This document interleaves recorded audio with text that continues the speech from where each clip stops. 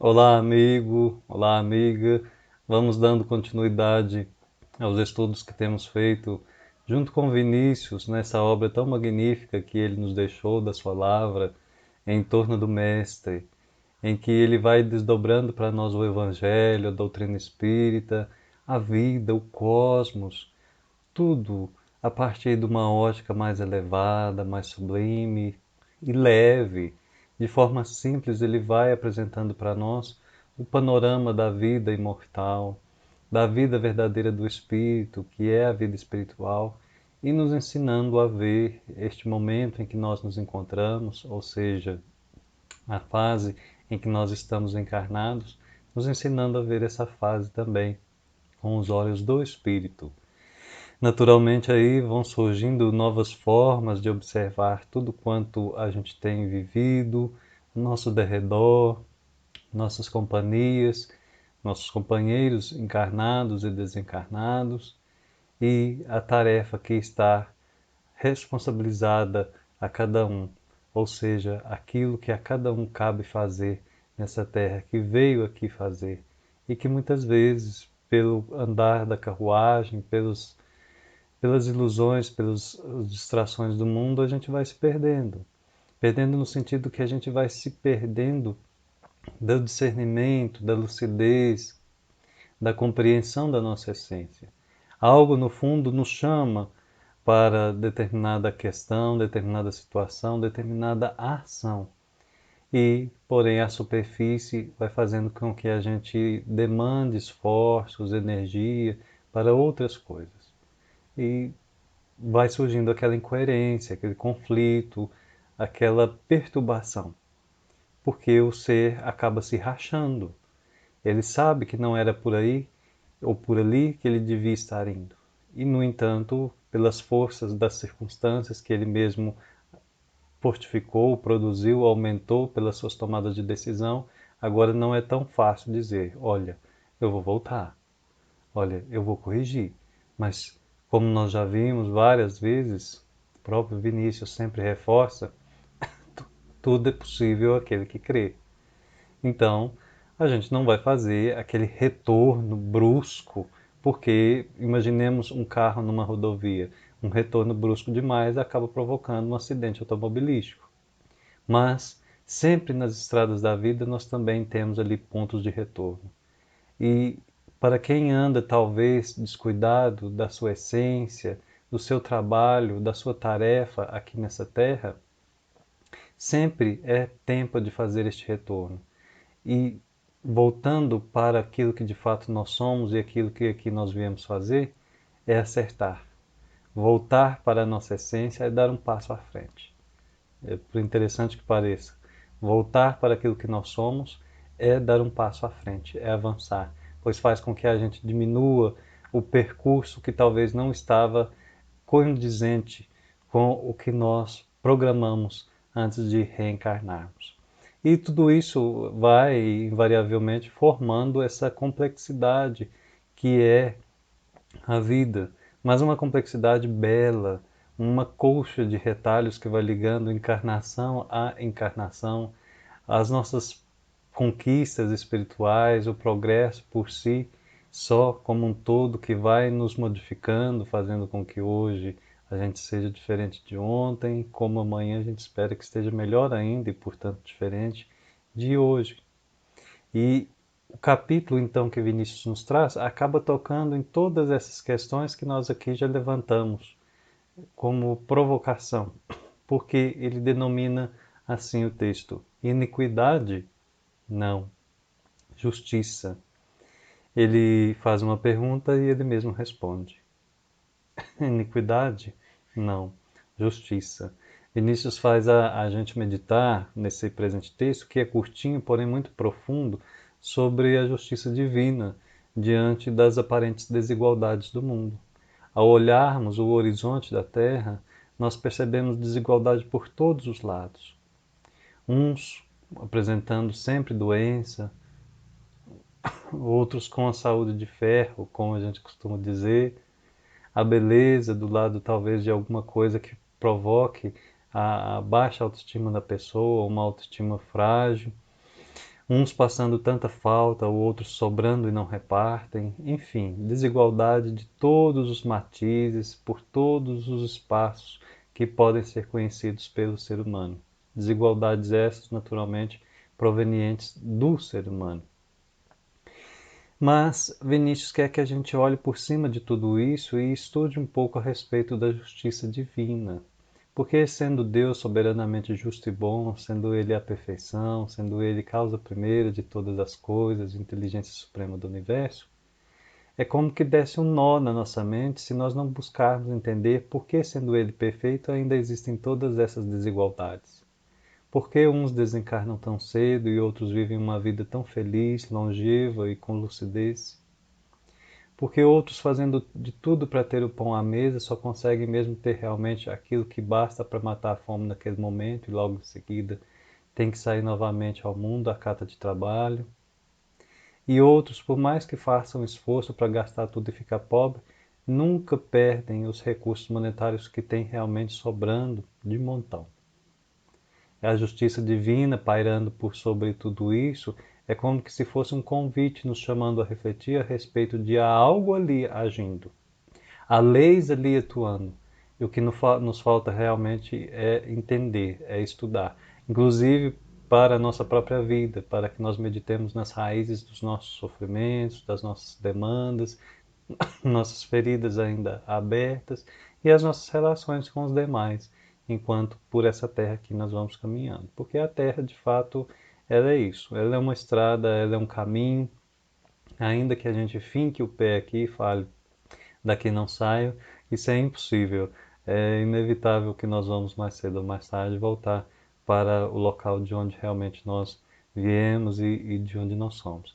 Então, o que nos resta, o que nos cabe, é contemplar este caminho e buscar aliviar realmente todos aqueles que conosco compartilham deste caminho, fazendo da caridade, caridade como entendia Jesus, nosso mote de praticar a doutrina espírita, o evangelho, ou seja, a nossa filosofia de vida, e com isso ir amainando os corações turbulentos, apaziguando o nosso próprio, conquistando a felicidade, aquela que é possível ter nesta terra, ou seja, conforme a questão 922, a posse do que é necessário em relação à vida material, a consciência tranquila e a vida futura em relação à vida moral. E com isso vamos nós mesmos já plantando um futuro mais promissor, mais feliz, mais estável em relação ao equilíbrio na adoção do bem na nossa vida, enquanto aquilo que nos norteia para algo melhor, que por enquanto talvez pareça muito nebuloso, muito ainda incerto, muito abstrato. Então, naturalmente, nós somos chamados a usar o discernimento, porque temos que fazer um pouco de força mental, de raciocínio, para entendermos a justiça de Deus. E também usar o coração para percebermos com lucidez a lei de causa e efeito. A lei de causa e efeito.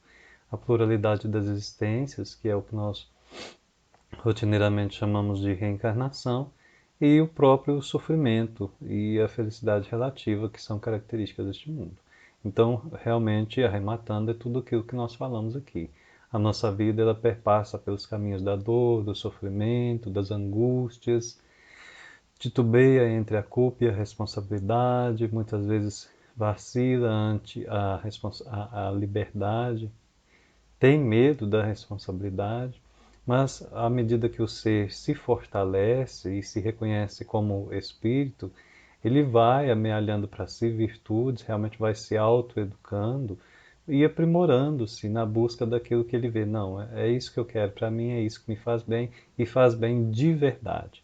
Não é aquela ilusão de bem de momento, que é fugaz, que é somente prazer, que mais cedo ou mais tarde passa. E isso lhe permite com que ele viva as situações da vida. É um homem, é uma mulher no mundo, então ele tem que agir perante o mundo, mas ele não se torna um homem ou mulher do mundo, porque ele não se perde, ele não se deixa se envolver com a matéria a ponto de cair nas malhas trevosas do apego e confundir o que passa com aquilo que é permanente, com aquilo que é perene, que é imortal, que é eterno. Então Vinícius começa o texto dizendo assim: que vejo aqui um marido exemplar suportando a esposa fútil, caprichosa e desamorável. Ali o reverso da medalha, uma esposa dócil, criteriosa, dedicada ao lar, sofrendo o convívio de um marido rude, desafeiçoado e libertino. Além, vejo pais solícitos e bons, sacrificando-se por filhos ingratos e maus, que os desdenham e menosprezam. Ao lado desse quadro pungente se me apresentam filhos meigos e respeitosos, cujos pais, velhacos e viciados, descuram completamente de sua educação e do seu futuro. Mais adiante, vejo o rico, astuto, espoliando o pobre de boa fé. Vejo o industrial poderoso no uso de favores e regalias concedidas por leis iníquas, explorando os consumidores e o operariado que a tudo se submete, premido pelas necessidades imperiosas da fita. Vejo o impostor triunfante ao lado da probidade humilhada, vejo a virtude abatida e o vício entronizado. Vejo o algoz impune e a vítima desamparada. Vejo a saúde e o vigor banqueteando-se no tremedal do mundanismo e a enfermidade gemendo no leito das agonias lentas, intermináveis. Vejo o gênio fulgir como astro de primeira grandeza no azul do firmamento e o imbecil confundindo-se com o pó das ruas por onde perambula. Vejo o desperdício supérfluo, o luxo desmedido, o fausto arrogante e as pompas que deslumbram junto da carestia, da miséria, da fome e da nudez. Vejo a beleza plástica, o aveludado de faces rosadas que se assemelham às pétalas das mais delicadas flores, ao lado de criaturas repelentes, cobertas de chagas e pústulas asquerosas ou portadoras de aleijões que horrorizam.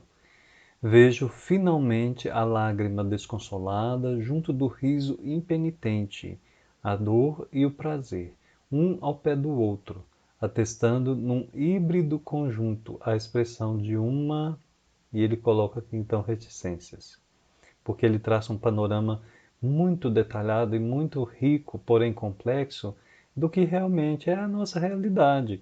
E isso nós não precisamos sair porta fora da nossa casa para nós percebermos nas ruas das demais casas, nas cidades em que nós vamos. Não, dentro do mesmo lar nós já percebemos esses extremos ou essas variações mil na maneira de se comportar do ser humano, nas formas como vão se apresentando os reveses da vida. O que Vinícius faz realmente aqui é colocar um ao lado do outro, para nós percebermos o quanto essa, talvez até dicotomia, é presente em nossas vidas. A alegria ao lado da tristeza, a doença ao lado da saúde, a riqueza ao lado da pobreza, a raiva ao lado da paciência, da aceitação, da resignação, o ódio ao lado do amor, essa amálgama que vai formando realmente a coletividade humana. Mas aí ele termina este parágrafo dizendo assim: a expressão de uma indefectível justiça que se cumpre de uma esplêndida harmonia, surgindo desse caos como a aurora sorridente e rompendo de caliginosa noite de tormenta. Então, o benfeitor faz com que a gente esforce-se para olhar por cima desse caos e onde só vemos turbilhão, agitação, o caótico, percebermos por fim a esplêndida harmonia da indefectível justiça divina se cumprindo. É isso que ele quer que a gente observe. Por trás disso tudo, da dor, do prazer, da lágrima, do riso, do desejo, do tédio, da exploração, do consumo, da necessidade, da ânsia, da falta, da fome, por trás de tudo isso, a justiça divina atuando silenciosamente, poderosamente, apesar da nossa ignorância, da nossa compreensão, por vezes em não conseguir perceber ela agindo. Talvez porque não haja no ritmo em que nós achamos que a vida deve agir, talvez porque não se comporte nas maneiras como nós já achamos que entendemos os mecanismos universais. Talvez porque ainda realmente nós ainda não percebemos que obras como o Livro dos Espíritos são obras que devem ser meditadas profundamente. É claro, nós vamos lê-lo, nós vamos pesquisá-lo, nós vamos estudá-lo, mas é livro que deve ser meditado profundamente, se possível diariamente, para que a gente ali veja que cada questão que a gente lê e relê, nova coisa vamos entendendo. Algo mais vai acrescentando em nossa vida. E é porque também ali, de fato, que estão, pela revelação dos Espíritos, a base da doutrina, mostrando-nos as bases gerais do universo, o mundo espiritual, as leis divinas que nos regem e as esperanças e as consolações. Então é fundamental que nós busquemos impregnar a nossa alma dos conhecimentos que estão ali, para que até a gente possa entender melhor depois as demais obras que vêm. O Evangelho, o Céu e o Inferno, o Livro dos Médiuns, fazendo uma compreensão mais justa e adequada daquilo que os Espíritos revelam a respeito da justiça divina, a respeito dos mecanismos provenientes dessa lei magnânima do Pai.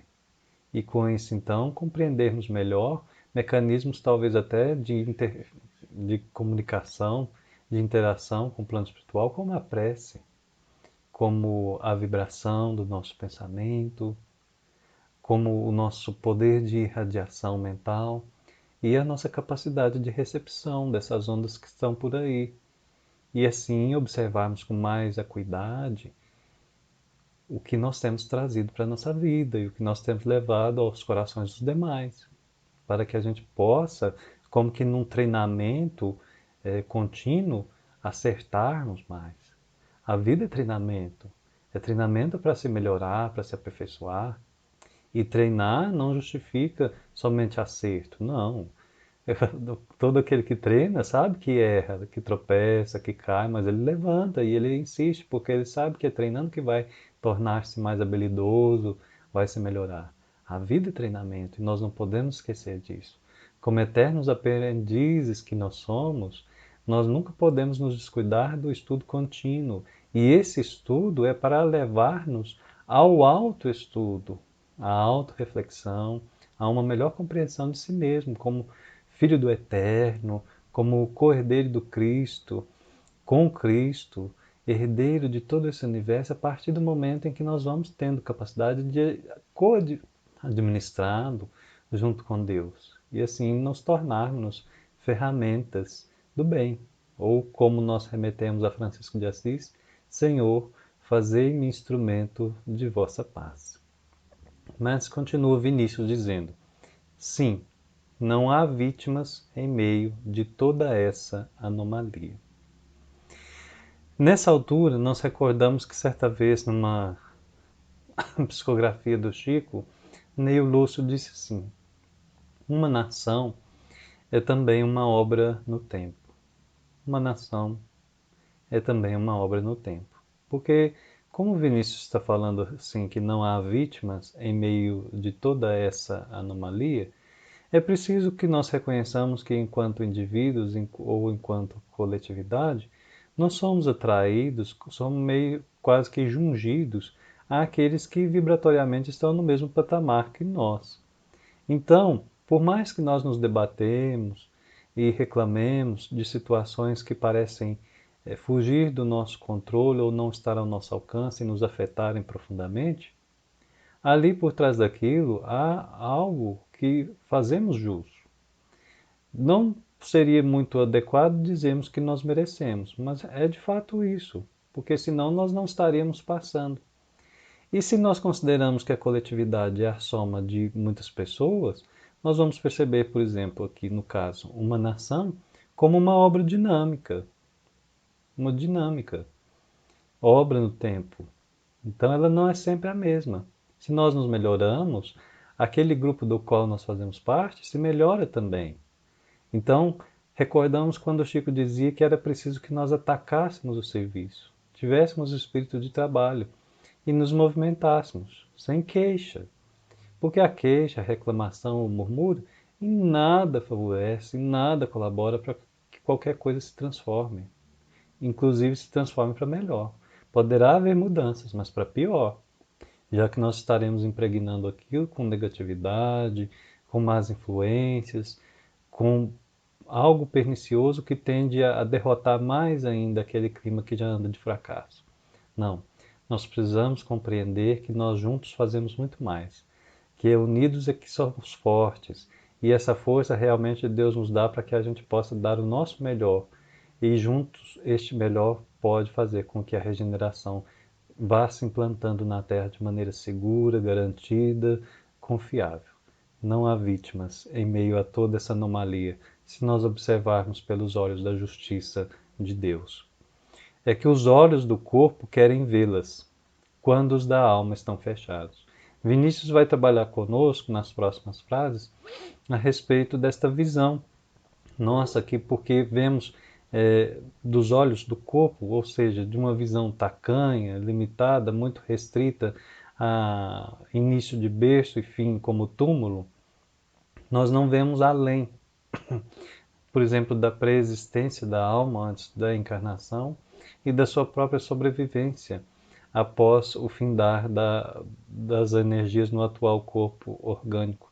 E esta confusão em como observamos todo esse comportamento das leis divinas nos atrapalha por demais a reconhecermos a justiça atuando, a justiça de Deus.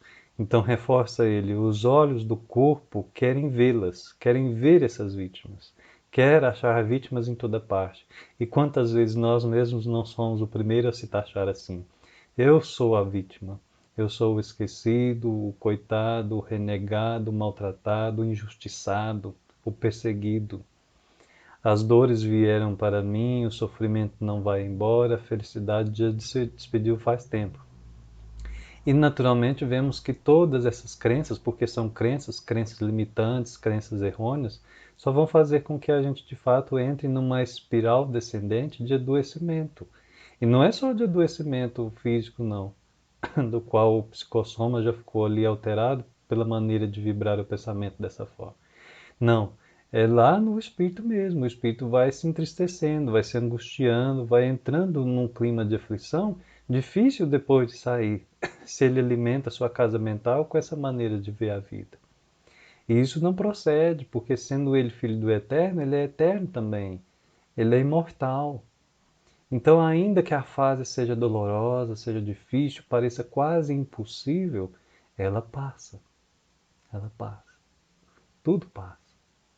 Então, a nossa dificuldade aqui é querer que a alegria não passe nunca, então ficamos postergando ela para que ela dure o máximo possível e não cesse, e quando a dor vem, aí já é o contrário, a gente quer que ela não venha e chegando, que ela não se instale e vá embora o mais rápido possível.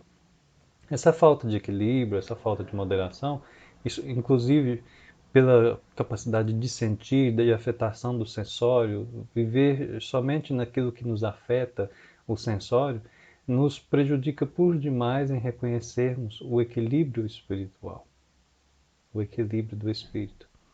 E então reconhecemos tudo quanto algo que passa, algo que cede lugar a outro, outro modo de ser, outra coisa a sentir. Imaginemos se a vida fosse só alegria. Nós, no mínimo, não teríamos a capacidade de saber o que é tristeza. Ah, mas eu preciso saber o que é tristeza. Não é que nós precisemos saber, mas mais cedo ou mais tarde o espírito vai passar por essa experiência, especialmente se ele vive só em clima de alegria. Essa alegria, com certeza, será proveniente do egoísmo, já que, considerando que a felicidade absoluta nessa terra é impossível, a alegria dele, mais cedo ou mais tarde, ela é falsa. Aquele sentimento de euforia, aquele sentimento prazeroso, deve dar lugar mais cedo ou mais tarde, pelo menos ao clima de compaixão, de empatia por aqueles que sofrem ao seu redor e talvez até então ele não tivesse notado.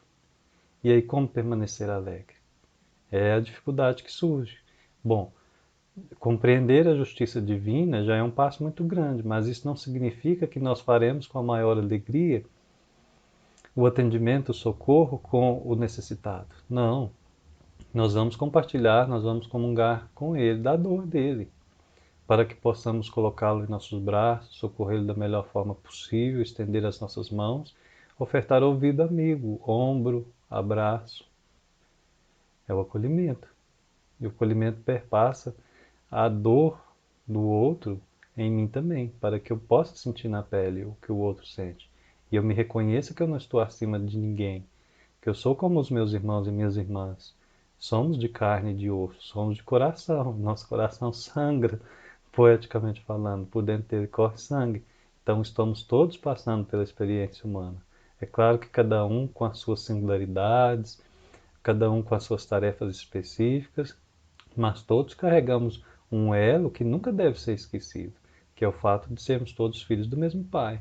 Então, Deus nos abençoe e nos proteja sempre, para que a gente não nos veja apartado dos demais, por se achar melhor, se achar diferente, um ser singular, especial, inigualável. Não, não é assim que a Terra vai melhorar, não é assim que ela vai progredir, porque não será assim que nós vamos nos aperfeiçoar.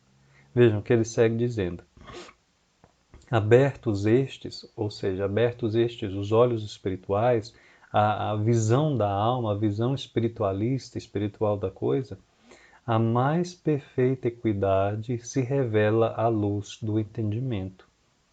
Como se hão de aplanar os caminhos, se não, como disse o profeta, arrasando os outeiros e aterrando os vales? Aqui Vinícius está lembrando do versículo 4 e versículo 5 do capítulo 40 do livro do profeta Isaías, onde está escrito assim: todo vale será exaltado, e todo monte e todo outeiro será abatido. E o que é torcido se endireitará, e o que é áspero se aplanará. E a glória do Senhor se manifestará, e toda a carne juntamente haverá, pois a boca do Senhor o disse. Olha que lindo isso. Pela forma poética de se expressar a profeta, nós vemos aqui uma definição muito bela da lei de causa e efeito atuando sobre nós. Continua Vinícius: fechem-se os olhos da carne e abram-se os do espírito. Veremos na vítima de hoje o algoz de ontem. É o monte que se arrasa. Nessa altura, é interessante nós recordarmos o que nós encontramos no capítulo 3 do Evangelho de João, especialmente entre os versículos 10, 11 e 12. Porque ali naquela conversa de Jesus com o doutor da lei, Nicodemos, nós temos algumas falas que servem para nós justamente nessa altura em que nós estamos percebendo a respeito da nossa visão. Que o desafio nosso é realmente apurar a visão para percebermos a justiça divina em todo esse caos, esse aparente caos em que nós estamos mergulhados, fazemos parte dele e o vemos diariamente no nosso panorama terreno. Vejam que disse Jesus: você é mestre em Israel e não entende essas coisas? Asseguro-lhe que nós falamos do que conhecemos e testemunhamos do que vimos, mas mesmo assim vocês não aceitam o nosso testemunho. Eu lhes falei de coisas terrenas e vocês não creram. Como crerão se lhes falar de coisas celestiais? Então, naquela altura, Jesus apresentava para ele a respeito do nascer de novo. Isso para nós na passagem com Nicodemos é inesquecível. Consideramos, inclusive, a questão como uma das explicações mais sensatas, mais lógicas e indiscutíveis da reencarnação na Bíblia, apresentada pelo próprio Cristo. Mas vemos que Jesus vai apontando também as nossas limitações.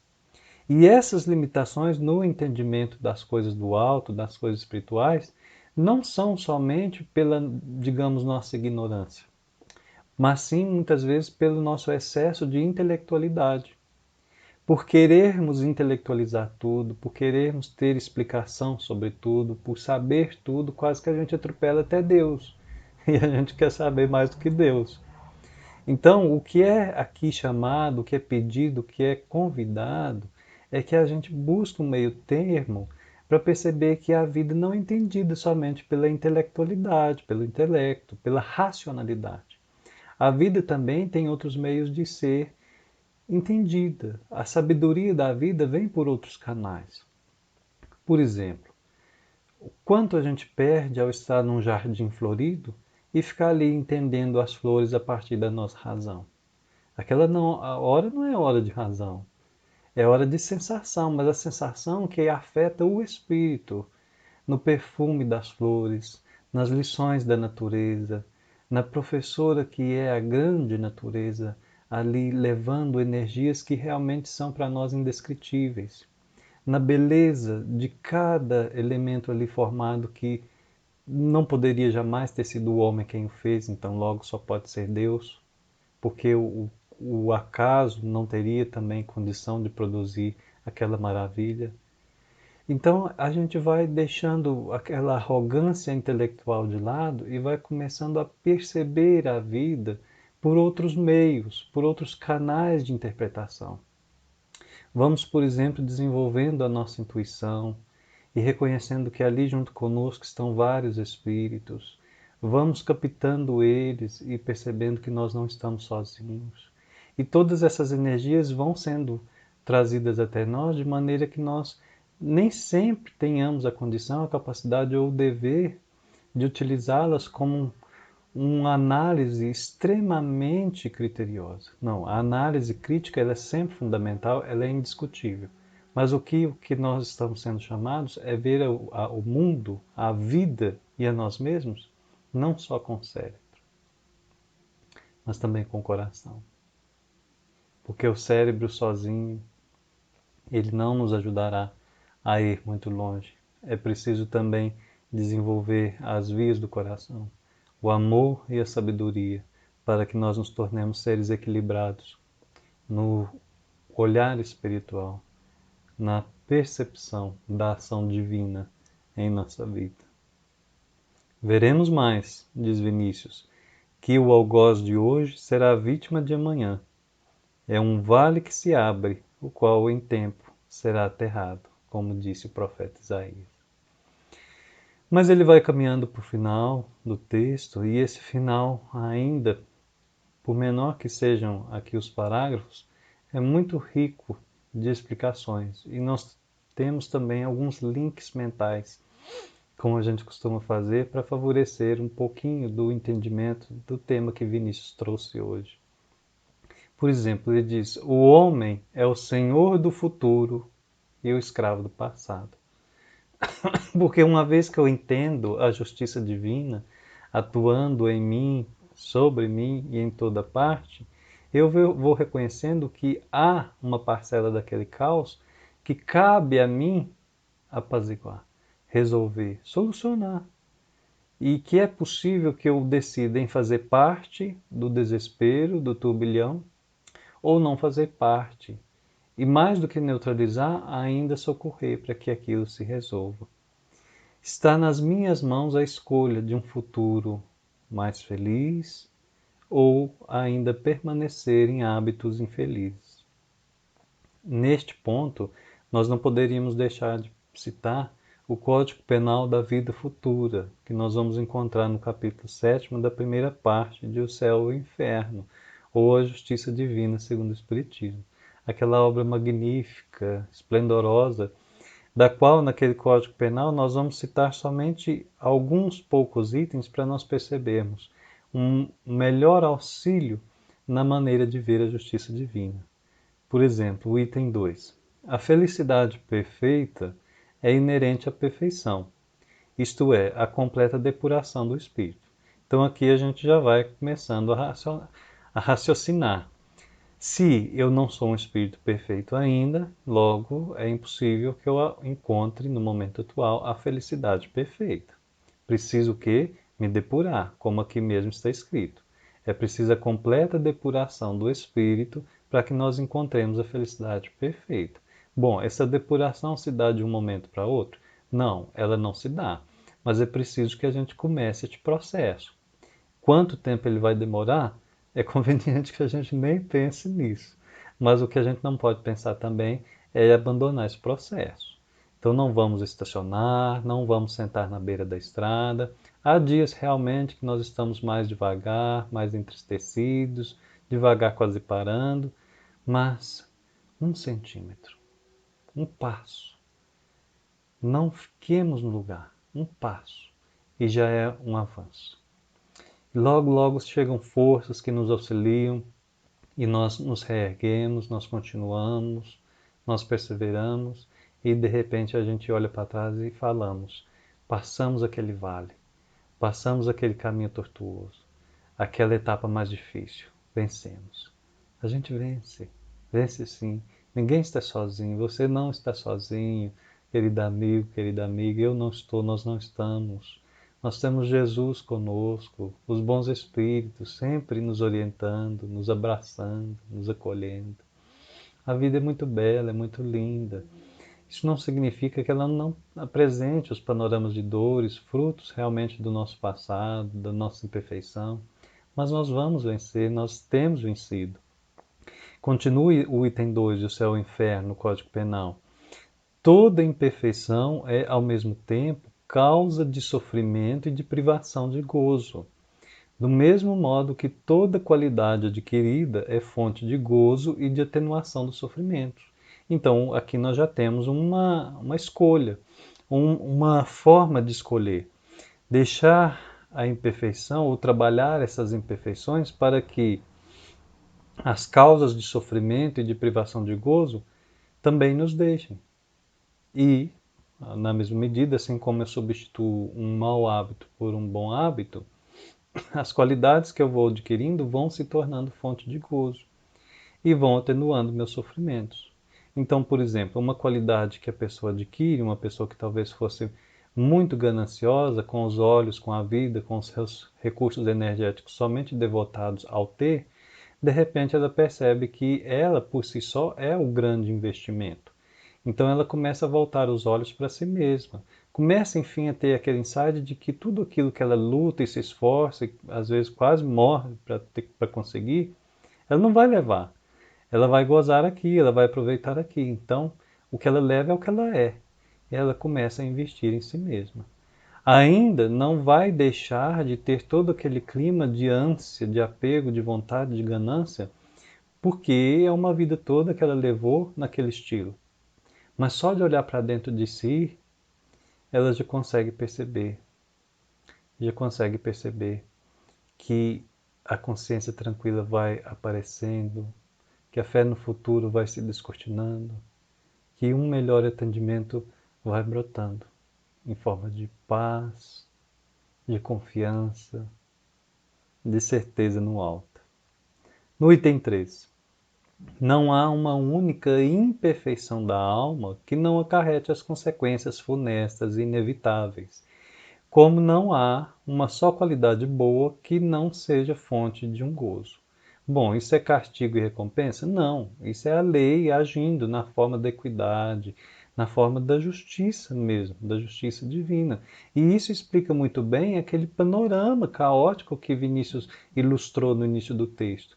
A alegria beirando a tristeza, a enfermidade, a morte beirando a vida e a saúde, a pobreza com a riqueza, as dificuldades com as facilidades. É isso aqui, é isso que ele está ilustrando. As imperfeições acarretando consequências funestas e inevitáveis e as qualidades já trazendo fontes de gozos, mas gozos totalmente diferentes daqueles que são gozos materiais, gozos do espírito mesmo, o espírito inebriado por aquilo que ele conquistou, fez jus, mereceu, é a traça, não rói aquilo, o ladrão não rouba, porque é tesouro conquistado no reino de Deus, no reino dos céus. A soma das penas, continua Kardec, é sim proporcional à soma das imperfeições, como a dos gozos é proporcional à soma das qualidades. A alma que tem 10 imperfeições, por exemplo, sofre mais do que a que só tem 3 ou 4. Quando dessas 10 imperfeições não lhes restar mais que metade ou um quarto, sofrerá menos. Então nós vamos reduzindo todos os nossos sofrimentos à medida que nós vamos trabalhando as nossas imperfeições, mas para isso é preciso antes identificá-las. E, quando extintas por completo, não sofrerá mais e será perfeitamente feliz. O mesmo se dá na terra. Quem tem muitas moléstias sofre mais do que quem tem apenas uma ou nenhuma. Pela mesma razão, a alma que possui 10 qualidades tem mais gozos do que outra menos rica de boas qualidades. E o quarto item, em virtude da lei de progresso, que dá a toda alma a possibilidade de adquirir o bem que lhe falta, como de despojar-se do que tem de mal, conforme sua vontade e seus esforços, e que isso nós deixemos muito bem destacados, porque é realmente o que vai nos fortalecer para seguirmos buscando o caminho da verdade, conforme a nossa vontade e os nossos esforços, resulta que o futuro é aberto a todas as criaturas. Deus não fecha a porta para ninguém. O futuro é aberto a todas as criaturas. Deus não repudia nenhum de seus filhos. Ele os recebe em seu seio, à medida que alcançam a perfeição, deixando assim a cada um o mérito das suas obras. Por isso dizemos então não existirá vítima, considerando a justiça divina. Finaliza Vinícius então dizendo: resgata-se agora a dívida de outrora. O amanhã nasceu de hoje, como hoje nasceu de ontem. O presente é filho do passado e pai do futuro. O presente é filho do passado e pai do futuro. Os sentidos veem o fragmento desligado do todo. É a ilusão, é a existência terrena. Porque é difícil realmente dizermos que não existe vítima, é muito difícil compreender se a pessoa, se o ser não tem ainda capacidade de ver além da matéria, além do momento atual, deste pequeno intervalo. É difícil, mas é possível fazer esse exercício e perceber a atuação divina no cosmos como um todo. Os olhos da razão e da sabedoria, ligando o pretérito ao presente, abrangem o conjunto. É a realidade, é a vida do Espírito na eternidade. É a realidade que é tudo mais do que isso que geralmente só se toca, se vê, se apalpa, que é concreto, que é perceptível, que é sentido.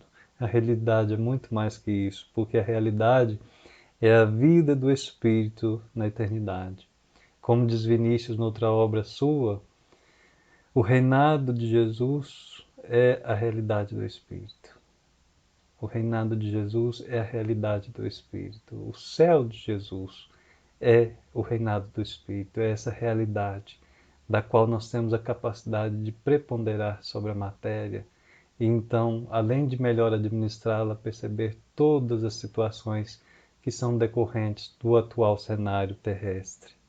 Nascer, viver, morrer, renascer ainda e progredir sempre.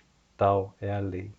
Lembra Vinícius? E nós destacamos mais uma fala de Neio Lúcio nas suas cartas familiares, já que tendo aqui abordado um pouco de justiça divina, a lei do progresso, o permanente caminhar, nós precisamos de nutriente para mantermos-nos fortes e caminhando rumo ao alto, rumo ao bem. E Neio Lúcio certo dia nos apontou qual que é esse alimento. E ele disse assim: o serviço é o alimento de quem avança na estrada do progresso. O serviço é o alimento de quem avança na estrada do progresso. Que nós avancemos sempre, amiga, amigo, e que não nunca nos falte o alimento do serviço, para que possamos, firmes e fortes com Jesus e unidos, desenvolvermos cada vez mais e auxiliando aqueles que seguem junto conosco. Que Jesus nos abençoe e nos proteja sempre.